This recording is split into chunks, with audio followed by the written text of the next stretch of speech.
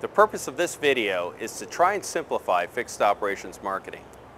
The clearer perception you have of what's going on in a service department, the processes, the disciplines, just being able to see the flow, the clearer it'll be for you to be able to analyze what's going on and make the kind of adjustments that a consultant needs to do on things that are actually happening on the ground. A good marketing consultant, whether it be independent or through a vendor, has the capabilities of completing a real business assessment of what's going on in a service department, and then they're able to execute, analyze, and really affect change in the actual service department in real time. And they're able to do that within a 1-month period. So it's not something that takes place over a 3-4 month evolution, but it's something that immediately, if you assess things correctly, you can really make a difference and an impact immediately. So let's continue and let's talk about all the different elements involved in fixed operations marketing in a dealership. So what is retention marketing? Retention marketing quite simply involves a focus on maintaining and bringing back as many customers as possible into a dealership service drive. The following graph illustrates the real migration of new vehicle owners from patronizing a dealership service department to patronizing the independent facilities such as the Jiffy Lubes and Pep Boys that dealership service departments really compete with. Note that after the 3-year warranty time period, when a vehicle is just entering that customer pay phase of its life, the customer starts visiting the independents. Now, let's explore the reasons why. There is an attrition rate of up to 70% of a dealer's active database on a consistent monthly basis. Now, this is due to a number of factors, including selling their vehicle, moving out of town, a bad service experience, and the perception from a bad experience in the past that the dealership is overpriced and untrustworthy. Meanwhile, the customer has a misguided perception that independents are more cost-effective than dealerships. And then lastly, the lack of convenience. Customers using an independent or another dealership that's spontaneously perhaps more convenient and closer to the customer's home. Of these 5 factors, we have the ability to control all of them other than a customer moving out of town, which is a complete uncontrollable. So let's take a look at the different factors and see how we can make a difference within the service drive in marketing. First off, selling a vehicle. Within your service drive, probably about 40 to 50% of the customers coming through are eligible to trade in their vehicle and purchase a new vehicle. So that's one area where we can put into place processes involving a repurchase of a vehicle. Let's take a look now at some of the factors that a factory imports put into place involving repurchase of vehicles on customer pay visits. This graph was provided by one of the leading import manufacturers, and note the repurchase rate as it correlates to customer pay service visits during a 1-year period. If a customer doesn't visit at all, there's a 22.5% chance they're going to repurchase a vehicle from them. If they visit 1, 2, 3, 4 times a year, look how that increases. That's very, very significant. Bad service experience is another variable that we can control. When you have processes in place that are done well in a dealership, it means that it's going to affect CSI and customer loyalty. Dominic Campanelli, who's a fixed operations director with the Sullivan Auto Group in Northern California, is going to speak to process management. It's important to have processes in place so all your employees are on the same page and have direction. And the key to it is the process is only as good as a manager. If you don't hold the employees accountable for following the process, you can't coach them, train them, get them up to speed on delivering the quality service that you want, and establish good relationships with your customers. So everybody has to be consistent in what they do and following the processes. And if it turns out that you're having trouble meeting the needs of your customers or satisfying your customers, then you have 1 or 2 problems. You have either a bad process because it doesn't work, so you need to go back to the drawing board and redefine it, or you're not managing it properly and your people aren't following it as designed to get the desired result. A good leader has to have integrity, he has to lead by example, and he has to have respect for his employees, and treat them with the same way he expects to be treated. And you got to give them the power. You have to empower your employees to do what's right for a customer. Okay, you can't be micromanaging them all the time. So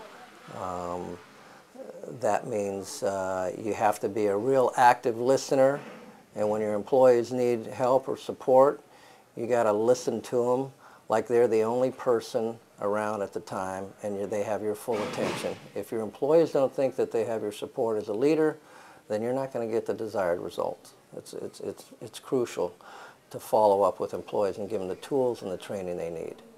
And a good leader also needs to not let his ego get in the way. There's nothing wrong with being proud and feeling real good about your accomplishments and what you do, but too often good managers and leaders, they let their ego get in the way, and it causes problems. Customer retention is everything. Well, there's two retention factors actually: employee retention and customer retention.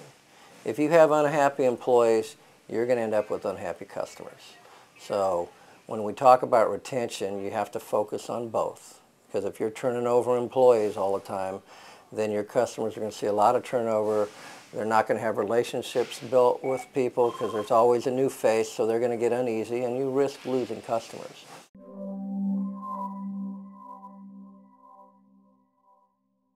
Customers think dealerships are inconvenient, they're indifferent, and they're high-priced.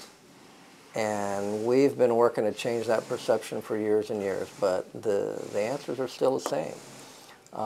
Customers want three things, and when we train our advisors, we put a W, a dollar sign, and a W in front of them. And it's three things that customers want to know. They want to know, what are you going to do for me? How much is it going to cost? And when is something going to happen? That's it. And so that requires an advisor to constantly be in communication with that customer and keep them up to speed on what's going on. They have to explain the whole process. When they write up a customer in the morning, they write them up, they verify all their information, they focus on what the prime item is, what's the most important thing that customer is here for today. If the most important thing in that customer is, I need my car washed today, and you did a major service or a major repair on their car, they don't really care about the major service. I mean, if it was done right and they paid their bill, they're happy. But if you didn't wash their car and that was the most important thing to them, then everything else you did is worthless, because they're very disappointed. You know, because who knows why they wanted their car washed. Maybe they had an important wedding to go to, and they didn't worry about spending $500 on their car. They just wanted to make sure their car was clean because they were rushing straight to a wedding or whatever. That's why it was important to that customer that day.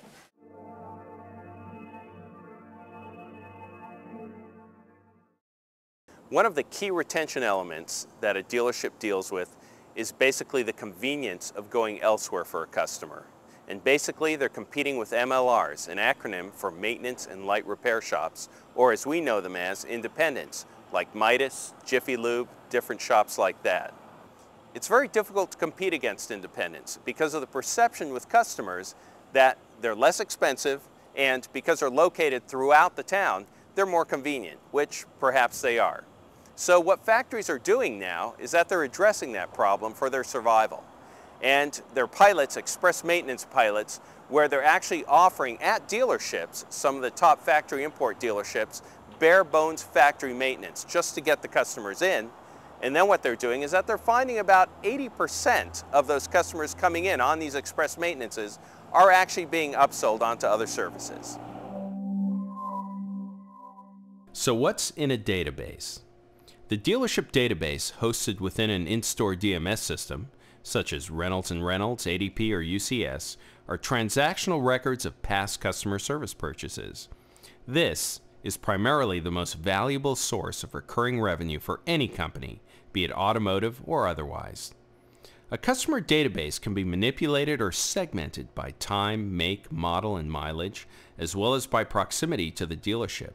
With deeper segmentation, we can analyze a customer's behavior patterns by number of visits and the amount of money spent.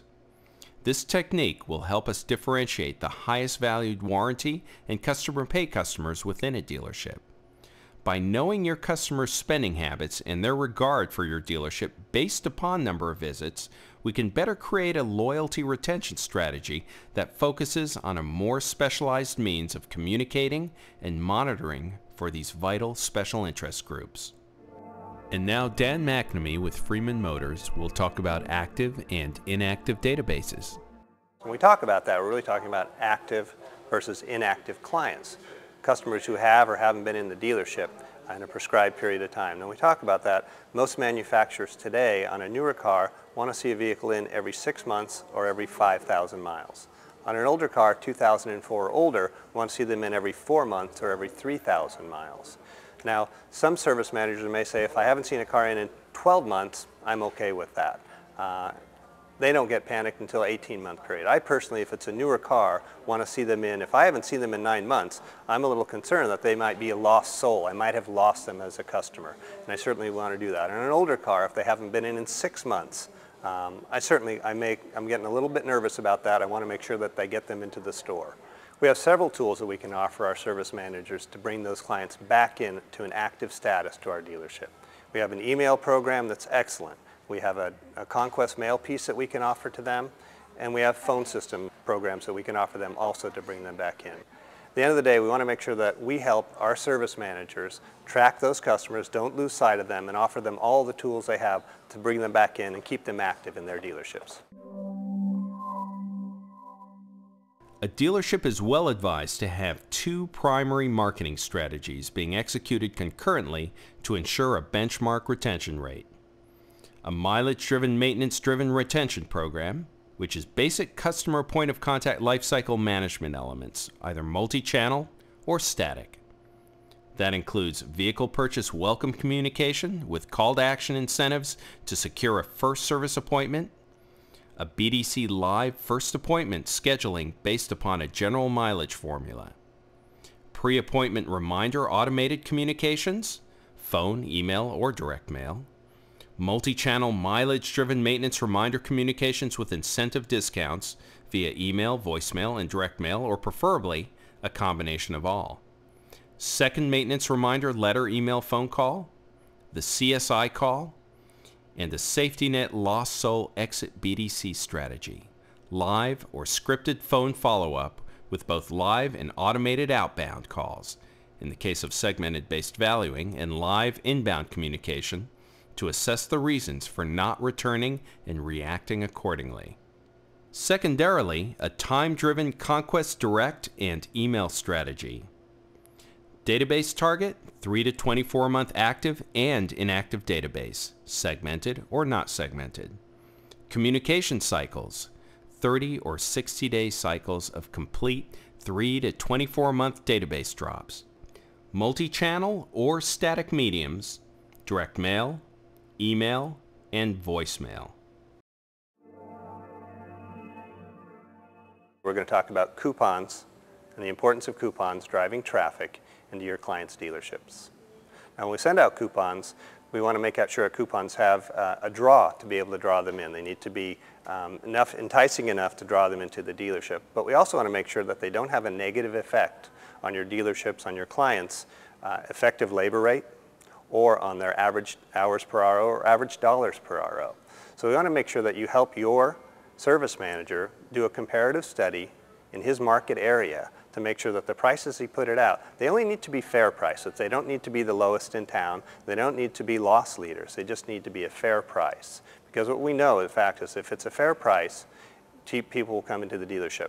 And if the dealership has good processes to retain good customer satisfaction, even more so than the fair price that we have, those processes on customer satisfaction are going to keep and retain those customers into the dealership.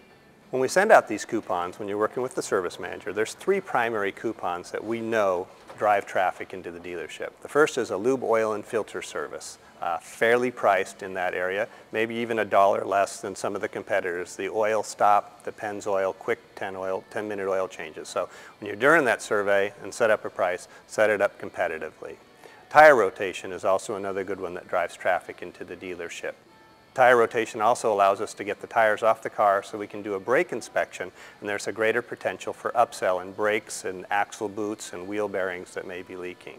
And lastly, we want to give a 10% coupon off the scheduled maintenance service that client is coming in for on that particular service. That service can be anywhere from $100 to $500 and can save that potential client $10 to $50. So having that coupon in their hand when they get to the dealership is really added value when they get there. So make sure that those coupons, you work with your service manager to make sure that the prices are competitive. Don't have to lose money. We just want to make sure it's fair in the marketplace. The Conquest Mail strategy is critical to maintaining and growing retention rates and can be complemented on an infrequent basis with list purchases from companies that provide lists of targeted demographics as offered by R.L. Polk and Urban Science. Remember, when you consider these types of lists, that your response rate in marketing to people that you have no record of having been customers in the past can be exceedingly low, and you need to weigh the cost versus return on investment. Remember one thing, a dealership needs to stay focused on the forest, not the trees, when it comes to a base retention marketing program. With limited space and a limited budget, each point of contact that you have with the customer needs to be consistent throughout the year and show a quality of message. Thank you for taking the time to watch this video, and I hope it's been helpful.